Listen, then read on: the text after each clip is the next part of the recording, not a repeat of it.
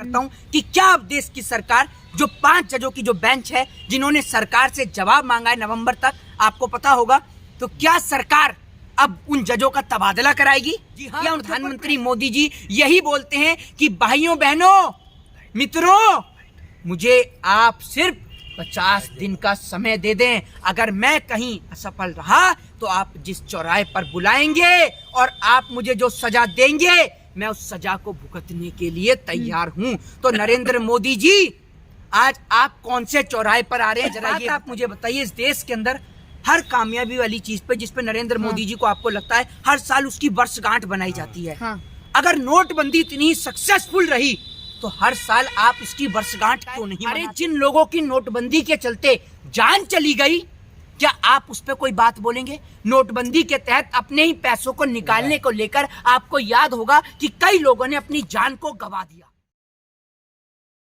मोदी, जिस तरीके से नोटबंदी हुई थी अभी से 6 साल पहले, लेकिन सुप्रीम कोर्ट का फैसला, अब सुनवाई स्टार्ट हो गई है नोटबंदी पे। देखिए, मैं आपको बता दूं सबसे पहली बात तो कि सुप्रीम कोर्ट के अंदर ये जो मुद्दा है नोटबंदी का मुद्दा, ये क्यों आया है सामने? क्योंकि सुप्रीम कोर्ट के अंदर, न्यायालय के अंदर 58 से ज्यादा जो हैं वो याचिकाएं दायर की गई हैं। लोग कोर्ट से सवाल पूछ रहे हैं कि नोटबंदी क्यों की गई और नोटबंदी किससे पूछकर की गई, किस कानून के तहत नोटबंदी की गई और नोटबंदी से इस देश को क्या फायदा हुआ, देश की अर्थव्यवस्था कैसे डूबी। लोग अलग अलग तरीके से कोर्ट के अंदर याचिकाएं लगाकर सरकार से सवाल जानना चाहते हैं, कोर्ट से सवाल जानना चाहते हैं। लेकिन मैं इस सवाल के साथ में एक चीज और ऐड करता हूं कि क्या अब देश की सरकार जो 5 जजों की जो बेंच है जिन्होंने सरकार से जवाब मांगा है नवंबर तक, आपको पता होगा, तो क्या सरकार अब उन जजों का तबादला कराएगी या उनके ऊपर प्रेशर बनाएगी? ये इस देश के अंदर कर सकती है सरकार, कोई बड़ी बात नहीं है, ठीक है, मैं आपको बता दूं। लेकिन बड़ा आरोप नहीं लगा रहा हूं। इस देश के अंदर जुडिशरी की जो हालत है ना, इस देश के अंदर जो जजिस ने बोला है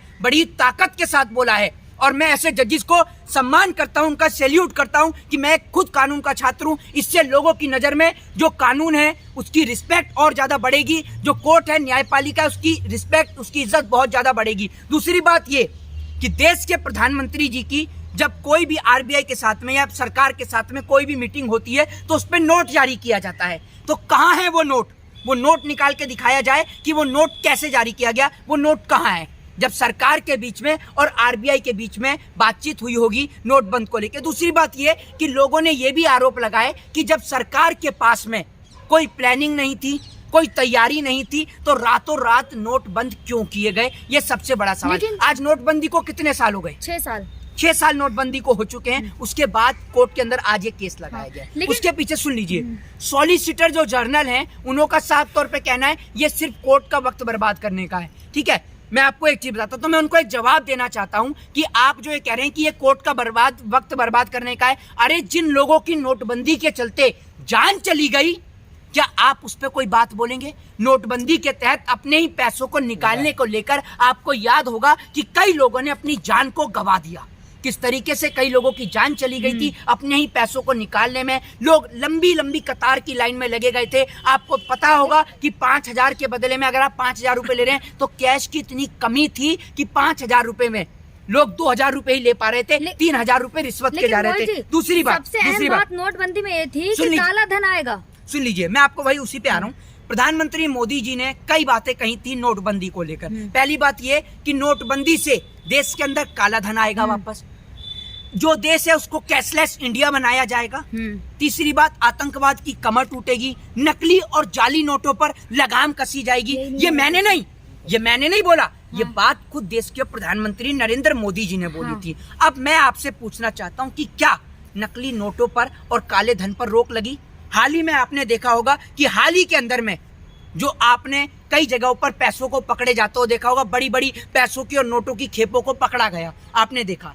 दूसरी बात ये कि प्रधानमंत्री नरेंद्र मोदी जी, मैं आपको बता दूं, ये प्रधानमंत्री नरेंद्र मोदी जी 13 नवंबर 2016 को गोवा के अंदर नोटबंदी के 5 दिन बाद भाषण देते हैं खड़े होकर कि भाइयों बहनों मित्रों, मुझे सिर्फ आप 50 दिन का समय दे दें। जी हाँ, प्रधानमंत्री मोदी जी यही बोलते हैं कि भाइयों बहनों मित्रों, मुझे आप सिर्फ 50 दिन का समय दे दें, अगर मैं कहीं असफल रहा तो आप जिस चौराहे पर बुलाएंगे और आप मुझे जो सजा देंगे मैं उस सजा को भुगतने के लिए तैयार हूं। तो नरेंद्र मोदी जी आज आप कौन से चौराहे पर आ रहे हैं जरा ये बताइए। दूसरी बात ये कि आपने बोला कि आतंकवाद की कमर टूट जाएगी। इस देश के अंदर नोटबंदी 2016 के अंदर की गई।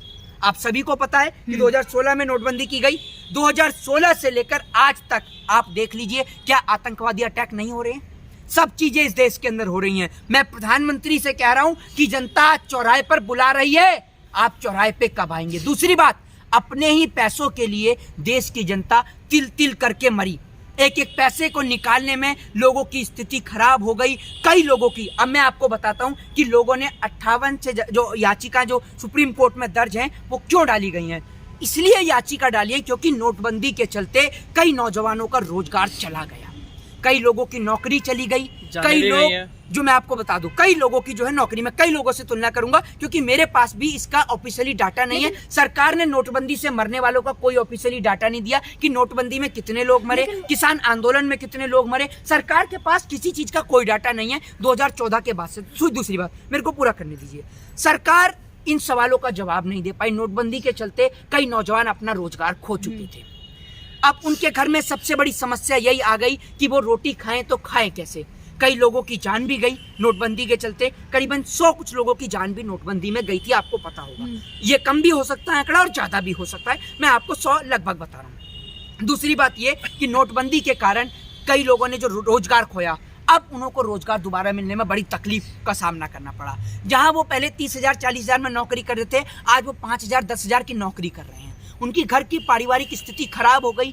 कईयों के पिताजी का इलाज चल रहा था, किसी की माताजी का इलाज चल रहा था, किसी के परिवार के अंदर किसी की बहन विदेश में पढ़ रही थी तो किसी का भाई विदेश में पढ़ रहा था। किसी के पिताजी जो है वो रिक्शा चलाकर जो जमा पूंजी इकट्ठी करी वो अपनी जमा पूंजी को बदलवा भी नहीं पाए, उनके वो नोट जो है वो कूड़े के ढेर में चले गए। असल में इस नोटबंदी से फायदा उठाया बड़े बड़े उद्योगपति और व्यापारियों ने। मैं नोटबंदी की हकीकत कुछ इस प्रकार से बयां करता हूं। मैंने नोटबंदी की हकीकत को अपने आंखों से देखा।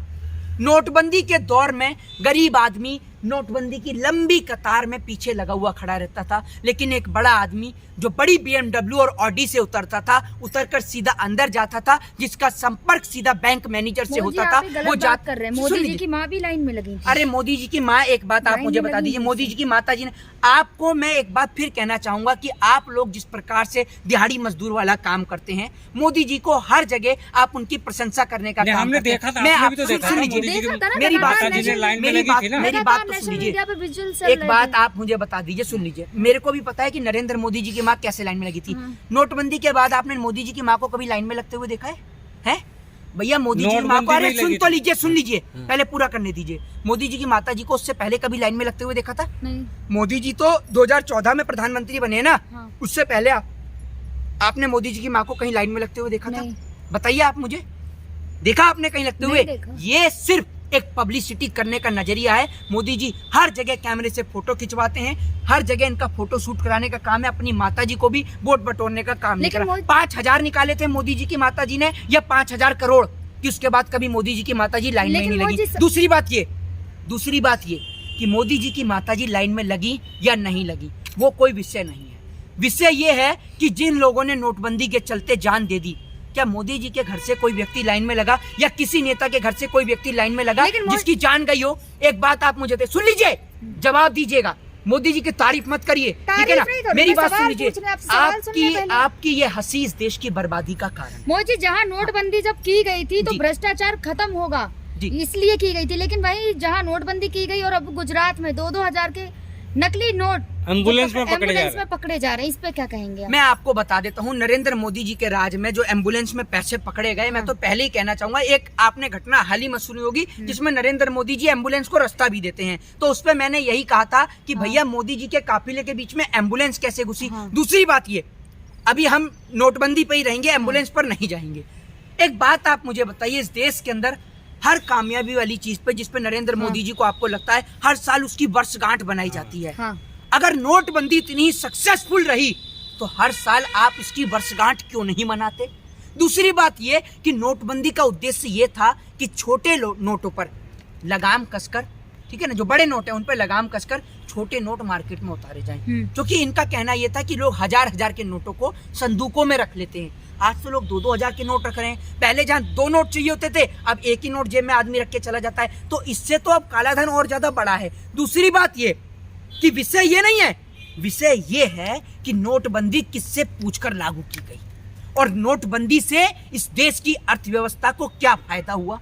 नोटबंदी में जिन लोगों की जान गई, सरकार उनके लिए क्या करेगी, इस सवाल का जवाब। दूसरी बात, आरबीआई से सरकार की क्या बातचीत हुई, क्या नोट जारी हुआ, यह सबसे बड़ा विषय और ये पूरा देश जानना चाहता है। लेकिन गुजरात में चुनाव है और नकली नोट लगातार पकड़े जा रहे हैं। कभी एम्बुलेंस नकली सरकार के राज में नकली ही नोट पकड़े जाएंगे और यही नरेंद्र मोदी जी का नोटबंदी सफल होने का आपको नतीजा दिख रहा है। देख लीजिए कितनी आप मोदी जी की तारीफ करती हैं, आप नहीं देख लीजिए जो नकली नोट पकड़े जा रहे हैं। एक बहुत ज्यादा एक फोटो वायरल हो रहा है जिसमें कहा जा रहा है मोदी जी के 3 हाथ, केजरीवाल, मायावती और ओवैसी। जी, मैं आपको एक चीज बता दूं कि केजरीवाल जी की क्या कहते हैं, केजरीवाल जी हैं या मायावती जी हैं या नरेंद्र मोदी जी हैं, मैं आपको बता दूं, ठीक है, मैं आपको बता दूं, नरेंद्र मोदी जी के इस टाइम पे सबसे बड़े हाथ हैं सीबीआई, इनकम टैक्स, ठीक है ना, और आपको मैं बता दूं सीबीआई, इनकम टैक्स और एक और है इनका ईडी। ये है मोदी जी के इस टाइम पे सबसे बड़े हाथ जिनके जरिए ये काम हो रहा है। और सवाल जब सुप्रीम कोर्ट ने मांगा है तो अब आपको इसका जवाब देना होगा।